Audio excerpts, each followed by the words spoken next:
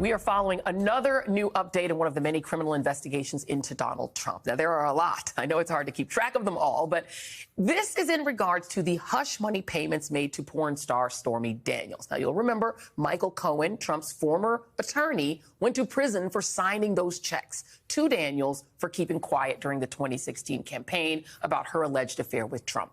And Trump, although directly implicated in Cohen's sentencing memo as individual one, was let off the hook when Manhattan District Attorney Alvin Bragg chose not to prosecute after the grand jury wrapped up last year, much to the dismay of many who worked on the case, including one of the leading prosecutors, Mark Pomerantz, who writes in his new book that the office was just weeks away from filing criminal charges against Trump at the end of 2020.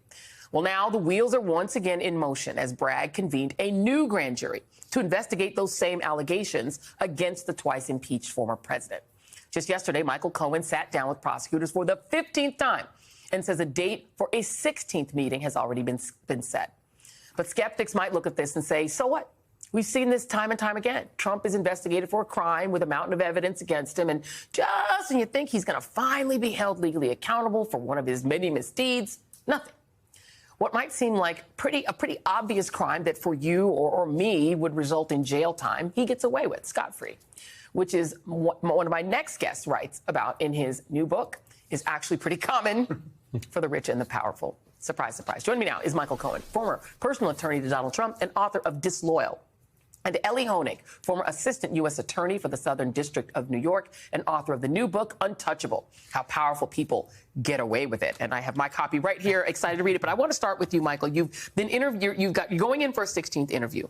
In your mind, what is different now than before? Because attorney Alvin Bragg seemed to be declining this case, and now it's sort of reopened. There's very little that's different. It's relatively the same information that Alvin Bragg is processing on his own. Let's not forget that Cy Vance ended up leaving. Now, Cy Vance could have easily brought the case, but then again, Alvin Bragg would then inherit it. So I think Cy did the right thing, but Alvin Bragg needed to get caught up to speed. And I think he felt pressured, and so he backed away. And I think what we have to do is give the guy a little room, right?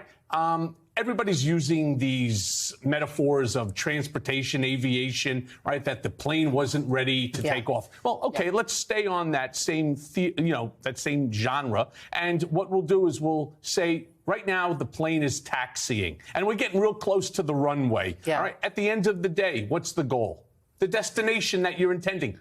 That destination will be had. Well, there are two different cases that I feel like you are intrinsically knowledgeable about. There is this case that we have the check. We'll put it on these checks. The reimbursement went to you from him, from Donald Trump himself. There is no way around it. You were not having an affair with Stormy Daniels. No. He was, right? So that seems so clear. But then the other one was you testified to the fact that he was revaluing, devaluing, and then upping the value of his properties. You testified to that under oath before Congress that he was doing that. That has resulted in him getting some fines. He was fined for some of that behavior. But do you feel that at this point he appears untouchable?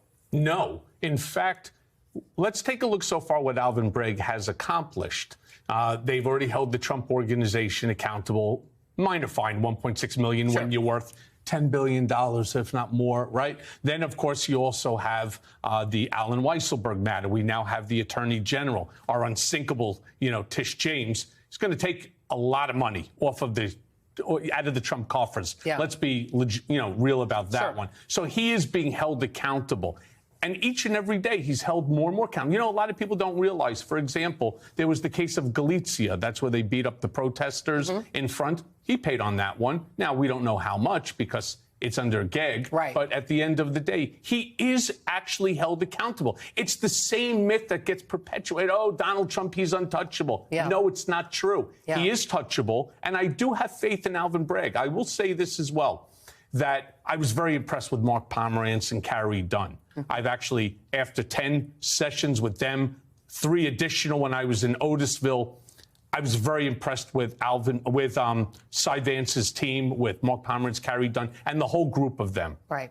I'm equally impressed with this group as well. They got up to speed very quickly. They're knowledgeable. They know there's a lot of information that they had to go through.